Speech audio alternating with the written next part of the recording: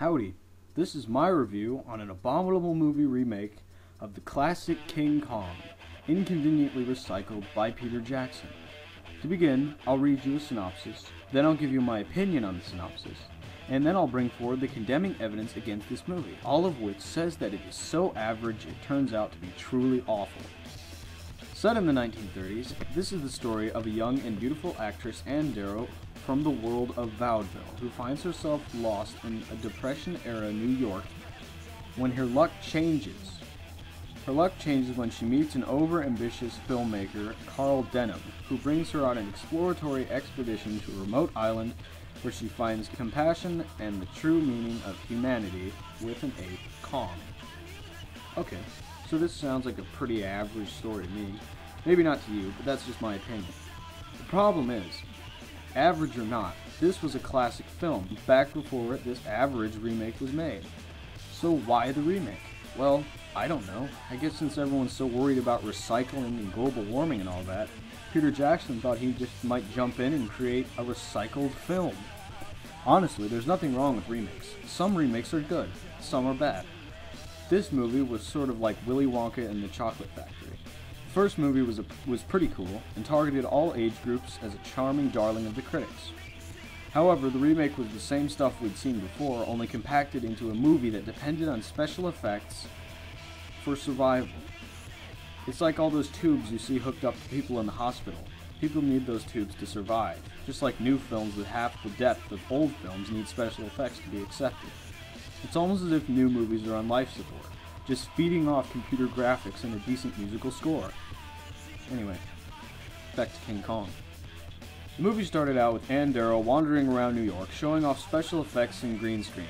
When she becomes fired, is offered a job as an actress in a jerk called Carl Denham's new movie, and goes to an island where an ape becomes smitten with her. Right.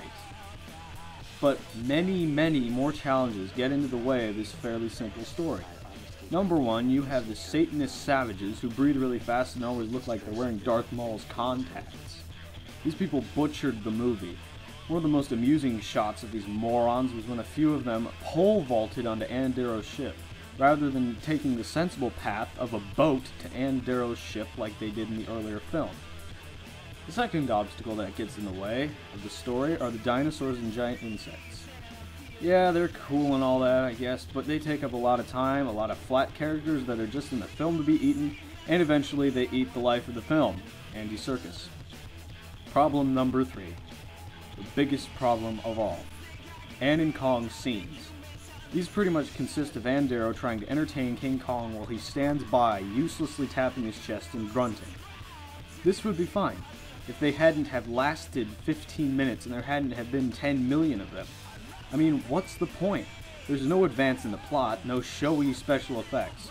All that appears in these segments is an animatronic ape who sits about grunting while Ann Darrow dances about in front of him like a court jester, or skating around on the ice while World War III rages on in the background, and Kong, again, sits uselessly tapping his chest. What the heck? So eventually Kong ends up back in New York, because the brilliant Carl Denham thinks to throw chloroform at the ape. What I found stranger than this absurd scenario was that the Russians kept shooting Kong all the way up until Carl Denham decided to throw chloroform at him. So, in the end, Kong climbs the tower, we get another chest-tapping sequence, and then he dies. The end. That's it. This movie was average, the special effects were average, the acting was average, the story was below average, and the setting was just average again. This movie was below average. Don't watch it unless you have 3 hours to waste. Thank you. Have a nice day. Down the whole town, used for uranium bombs. N is for no survivors when you're... Plankton! Those things aren't what fun is all about. Now, do it like this. F is for friends who do stuff... Never! That's completely idiotic. Here, let me help you.